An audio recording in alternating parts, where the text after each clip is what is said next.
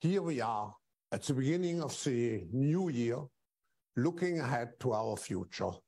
Hello from Geneva, I'm Adrian Monk, and welcome to this briefing on the World Economic Forum's 2023 annual meeting. I'm joined here in our studio in Geneva by four of my colleagues on the forum's managing board, Sadia Zahidi, Borge Brender, our president, Kim Hui, and Mirek Dusek.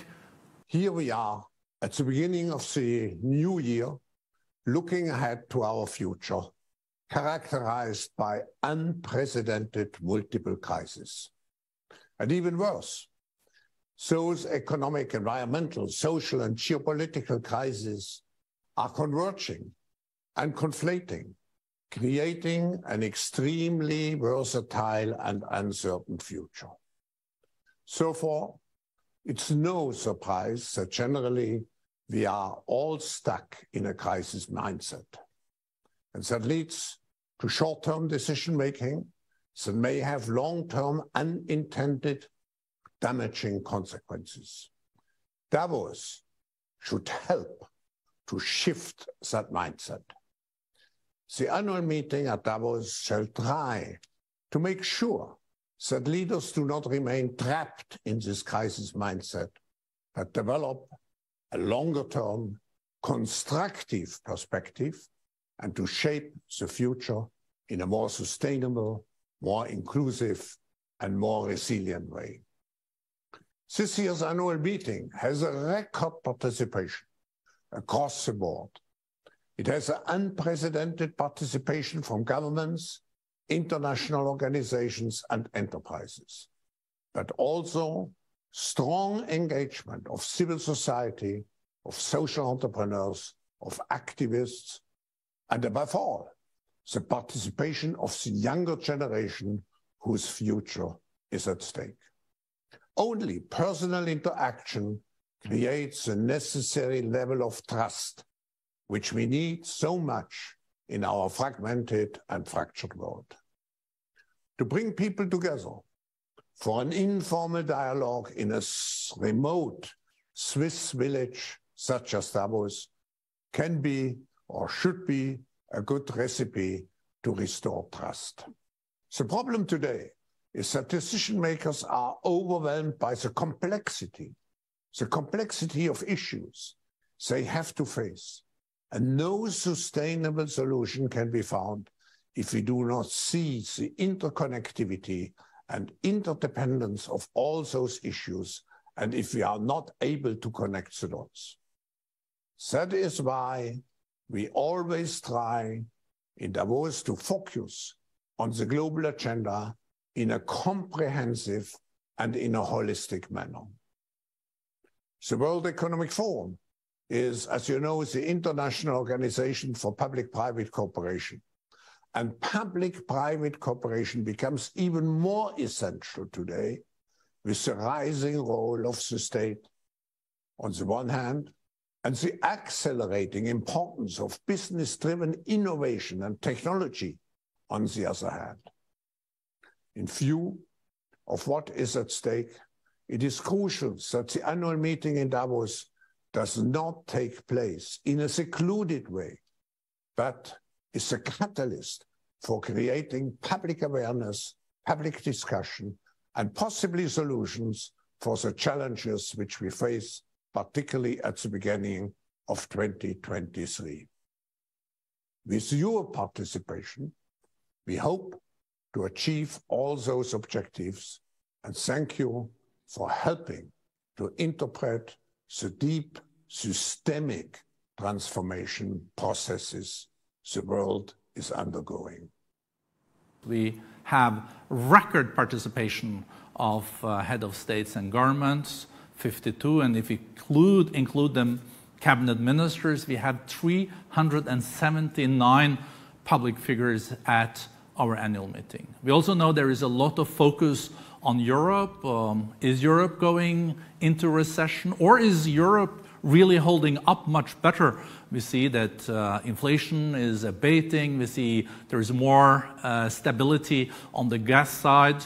We have 30 head of states and governments from Europe, and also with the President of the European Commission, Ursula von der Leyen, with us. It really is a lot at stake when it comes to the global economy.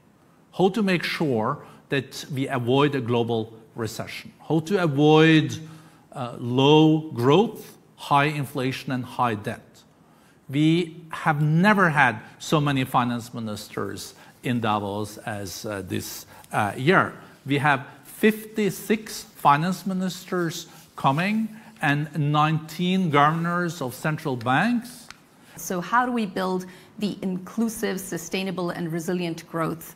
A group of leaders from the public and the private sector will be coming together to address exactly that question, designing a framework and starting to align around that new agenda. That also includes thinking more about the markets of tomorrow, the specific areas of investment, everything from power storage to education technologies that can create the right kind of resilient, sustainable, and inclusive growth of the future. The second area is around people, so the human capital agenda. Without adequate investments in skilling and in education, none of these opportunities can really play out, and nor will we have the kind of societal resilience that is needed to be prepared for future inevitable shocks.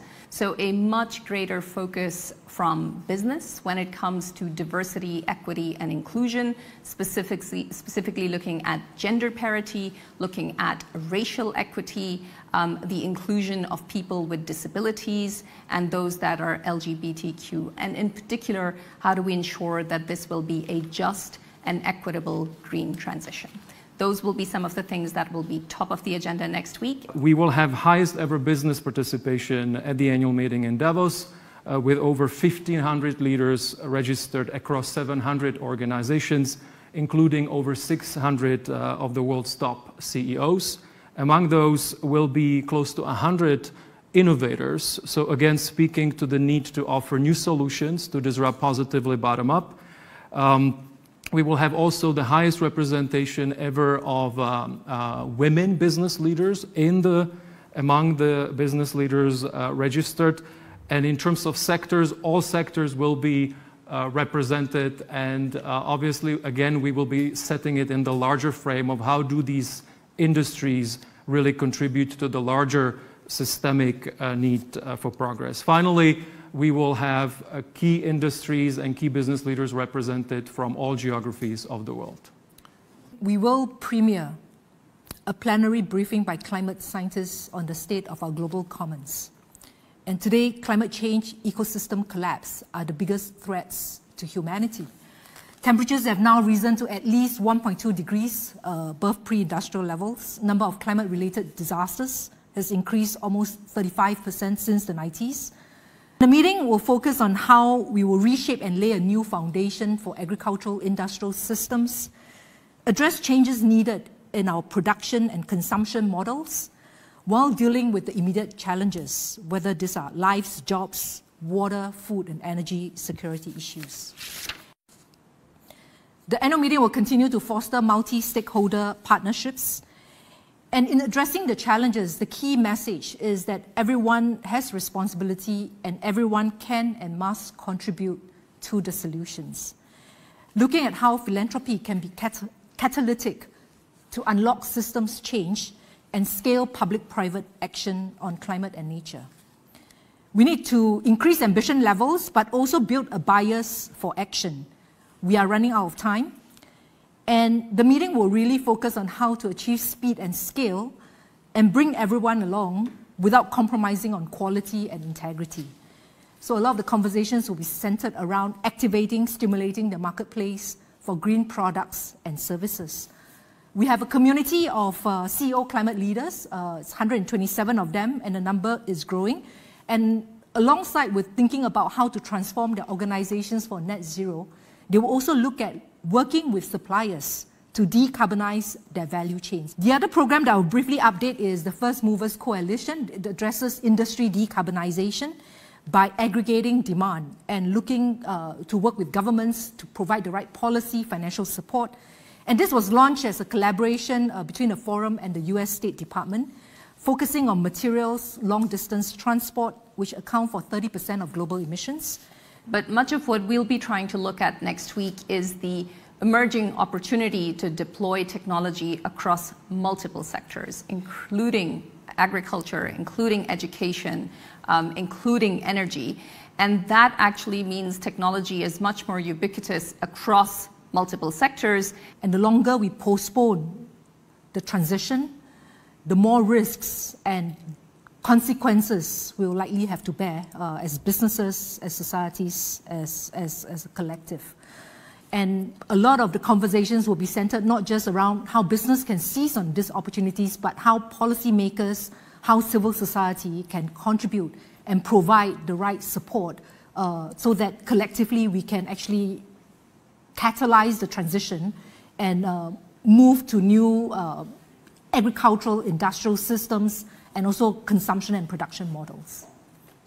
Definitely, we will have a high-level Ukrainian delegation in Davos. I can't disclose the full delegation here now, as some other delegations have asked, also due to security concerns, not to be shared yet. But there will be several sessions related to the war in Ukraine and the fallouts.